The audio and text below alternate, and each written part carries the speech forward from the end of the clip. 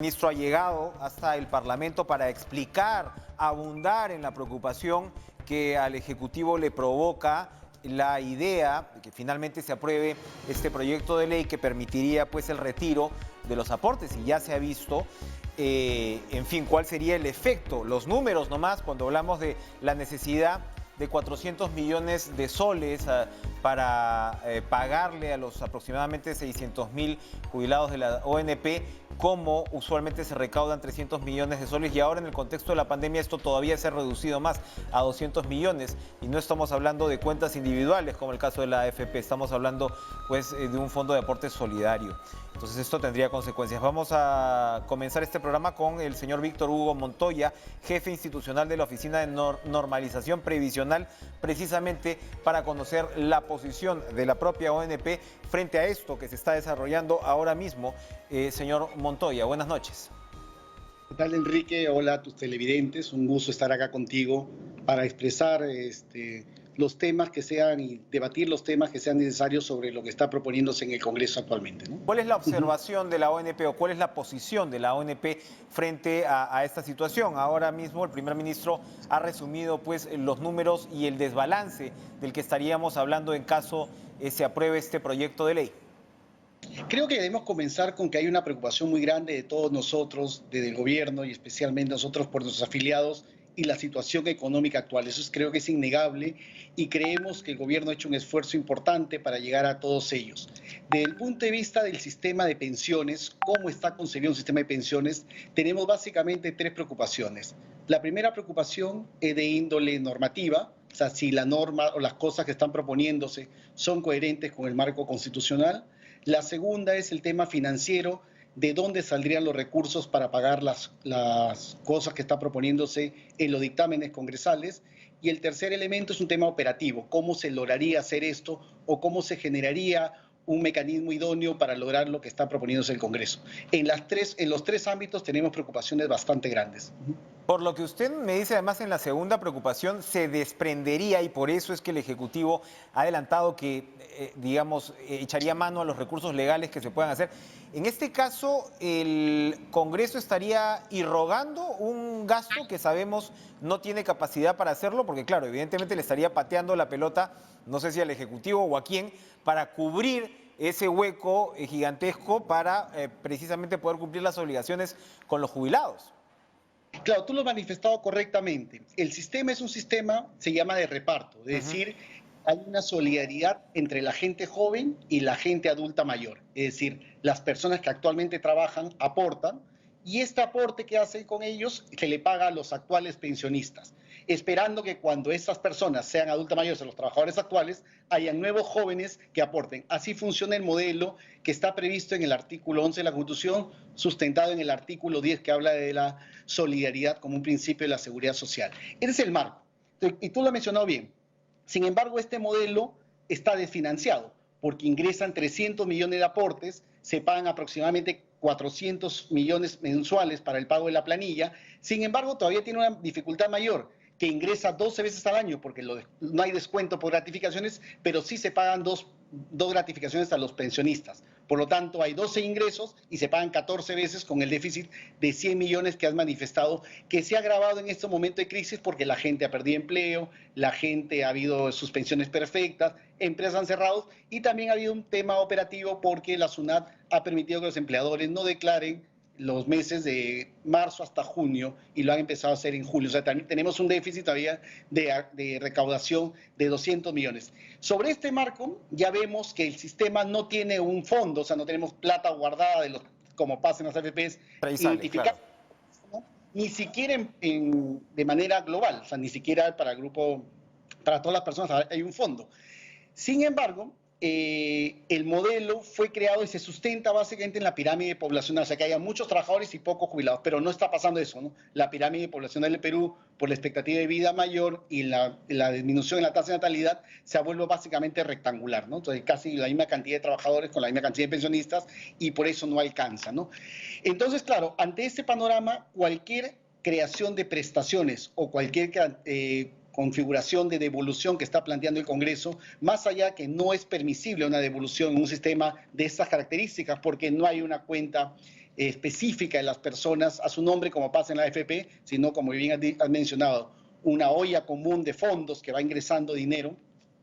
Entonces, eso hace que tengamos que mirar tres expectativas o tres artículos de la Constitución que podrían ser vulnerados si se aprueba la propuesta como está planteada. El primero es que los fondos, o sea, todo ingreso de aportes, solamente puede ser usado para fines previsionales. O sea, si cuando una persona aporta, debería solamente esto llegar a un fin previsional, es decir, que lo que aporta debe servir para su pensión, para otorgarle una pensión.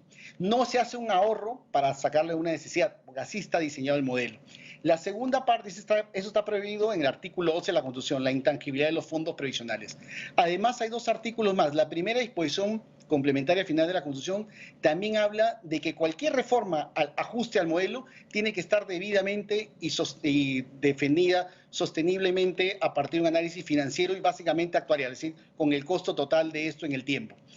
Y eso significa que haya una aprobación del ente técnico, que en este caso es el Ministerio de Economía y Finanzas.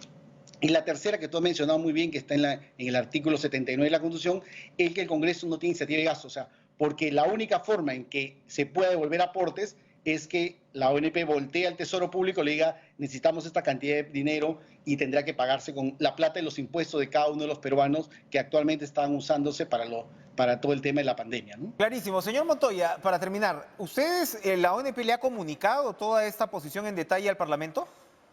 A ver, vamos por partes. O sea, lo que pasa es que el Parlamento ha tenido una serie de proyectos congresales de parlamentarios, alrededor de 30 proyectos en distintas materias, y nos han hecho consulta en varios de ellos. Le hemos manifestado las tres preocupaciones que te he dicho, la jurídico-constitucional, la financiera y también las operativas, porque hay un problema operativo muy grande de todo esto.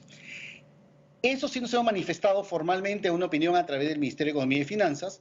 Sin embargo, los nuevos dictámenes, los que han salido de la Comisión de Economía, de Defensa del Consumidor y Presupuesto, y también el de Trabajo, como tales, que son distintos a los proyectos de ley, no han sido solicitados ningún tipo de opinión ni al Ministerio de Economía ni a la ONP, ¿no? Muy bien. O sea, no hemos formalmente sobre esos proyectos, que siguen las reglas, hemos posteado formalmente, y hay conceptos que no se puede determinar porque no existen en la literatura ni en las leyes que regulan el Sistema Nacional de Pensiones, ¿no? Por ejemplo, lo que usa mucho es aportante, eso no existe porque la persona tiene capacidad de aportar en cualquier momento, ¿no? Innovación legislativa, entonces, que se llevaría al extremo. Gracias, Víctor Hugo Montoya, jefe institucional de la ONP, por acompañarnos con esta posición tan clara.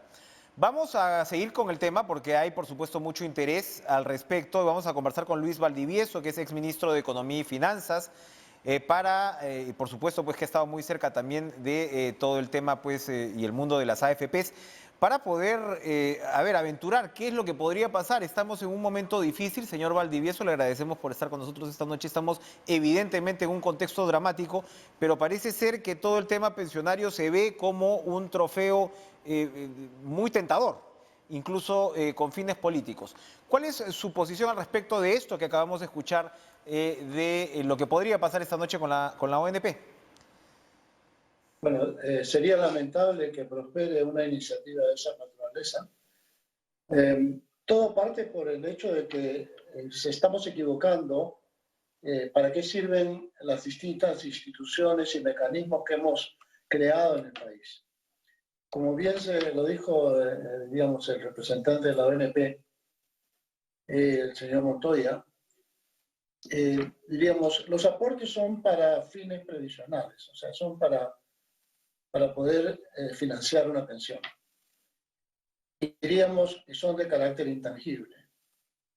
Un poco lo que en un sistema de reparto no existe el concepto de cuentas individuales. Además, nosotros hemos complicado mucho más el sistema de reparto en la medida en que la pensión no tiene relación con el sueldo de las personas, sino tiene relación con el número de años de aporte. Pues eso complica mucho, diríamos, cualquier discusión que hubiera sobre este sistema.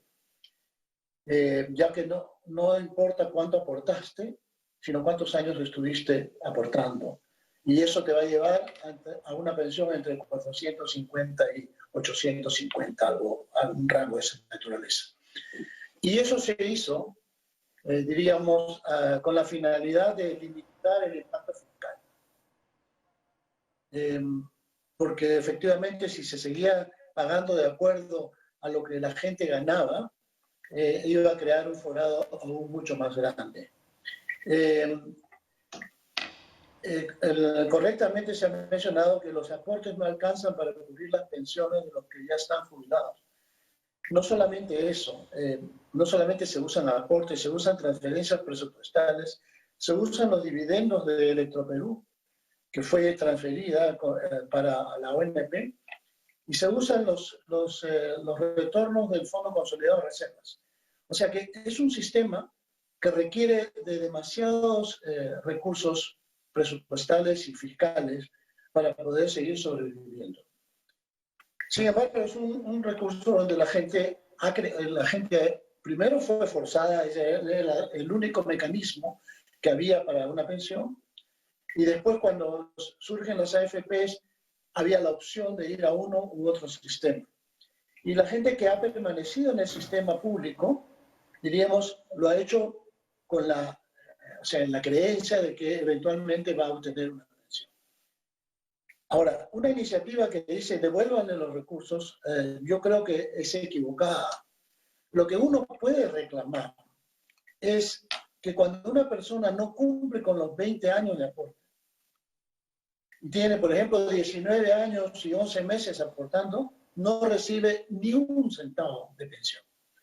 Y eso podría ser un elemento a estudiar, cómo poder financiar una pensión prorrateada de acuerdo al número de aportes que las personas hagan.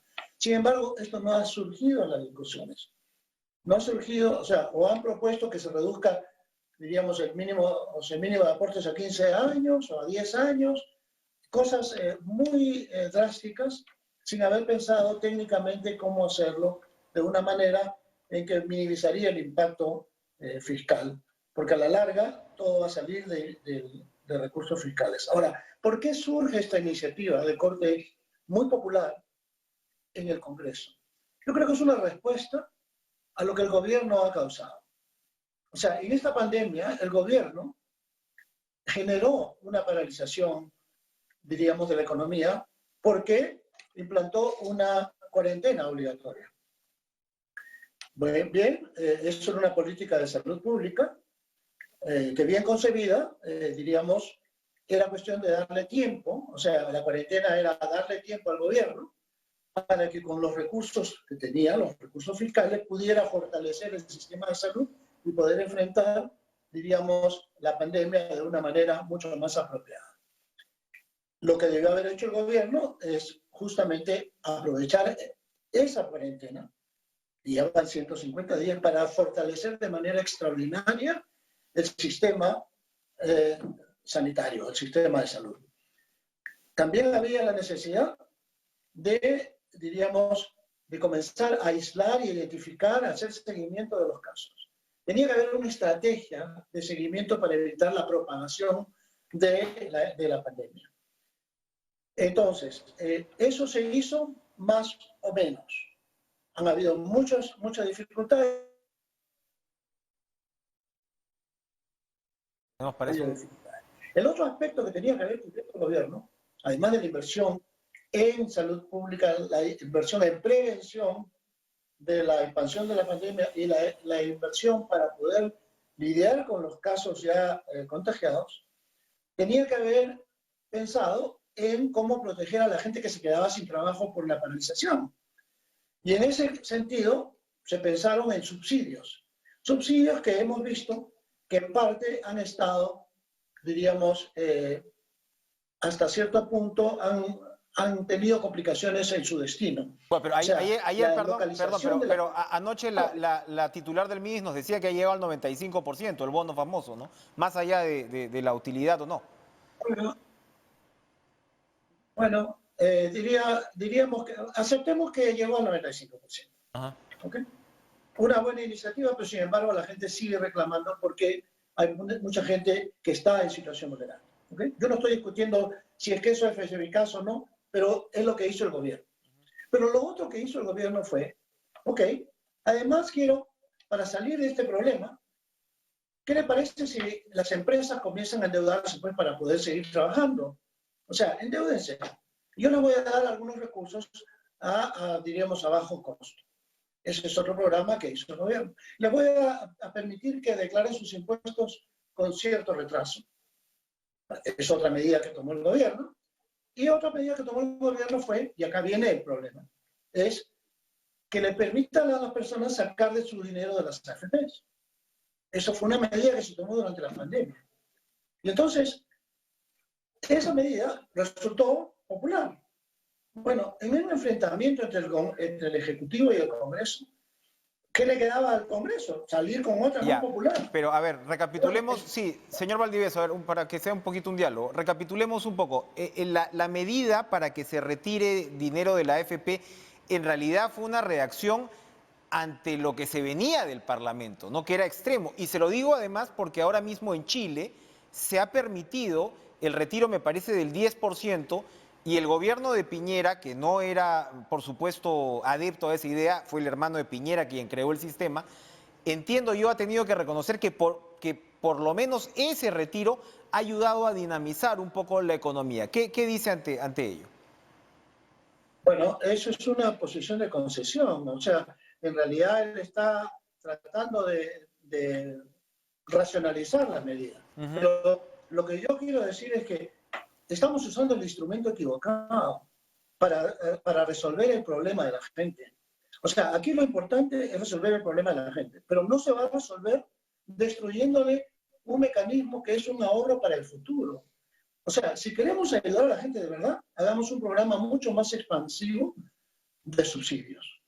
Y no un programa que destruye un mecanismo de ahorro para el futuro.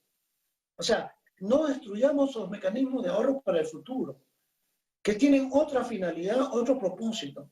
Eso es como pedirle a la gente, ayúdate a ti mismo. Y ¿cómo te vas a ayudar a tú mismo? Bueno, usando los ahorros que teníamos originalmente pensados para tu futuro. Bueno, ¿qué significa? ¿Que no pienses en el futuro? ¿Que más importante es el ahora y el gobierno no tiene los recursos para poder ayudar a la gente en un lío que el gobierno, por política pública, llevó a desarrollar? Porque, diríamos, esta paralización es resultado de una elección de política pública. Por lo tanto, es responsabilidad del Estado, diríamos, tratar con todas las consecuencias de esa política pública. Pero no podemos permitir de ninguna manera que destruyan una institución, o sea, como es el ahorro privado previsional, para poder resolver un problema que es la inmediata necesidad de muchos grupos vulnerables en la sociedad. Esa posición vulnerable de los grupos sociales en la sociedad tiene que ser resuelta por el gobierno como parte del costo de la política pública que adoptó para lidiar con la pandemia. Hay que separar, o sea, hay un principio de asignación de instrumentos para la consecución de objetivos. Uno no llama a un carpintero para arreglar un motor de un auto. Uno tiene que usar el instrumento apropiado. Si yo quiero proteger a la gente vulnerable porque perdió el trabajo, porque estamos viviendo una crisis, tengo que usar un instrumento que es una transferencia pública. No puedo exigir a la gente, si quieren usar sus ahorros voluntarios, o sea, sus ahorros, diríamos, en cuentas de ahorros en los bancos, eso es decisión de ellos. Pero yo no puedo decirle, mira, yo creé una institución para proteger el futuro de la sociedad. Muy bien. Y ¿sabes qué? Vamos a usarlo un poquito, pues. ¿No? ¿Por qué? ¿Por qué razón? O sea, no hay recursos suficientes como para crear un programa, una red de protección social. Bien. Yo creo que sí existen los recursos para crear una red de protección social de gran alcance, de carácter temporal. Estamos destruyendo un sistema de carácter permanente para tomar una solución de carácter temporal. Es cierto. La pandemia dura por años. Así es. ¿No? Así es. Esperemos que la pandemia sea algo temporal. Por consiguiente, el apoyo que tenemos que darle a la gente es de carácter temporal. Pero no podemos pedirle que sacrifique todo su futuro. Muy bien. Y la protección social de ellos y de su familia. Y además se van a quedar sin la posibilidad de seguro médico, seguro de invalidez. ¿Qué pasa si mañana sacan todos sus aportes y ya no siguen contribuyendo? Clarísima la posición. Luis Valdivieso, exministro de Economía y Finanzas, muchas gracias por estar con nosotros esta noche. Vamos a ir a una pausa y regresamos con más.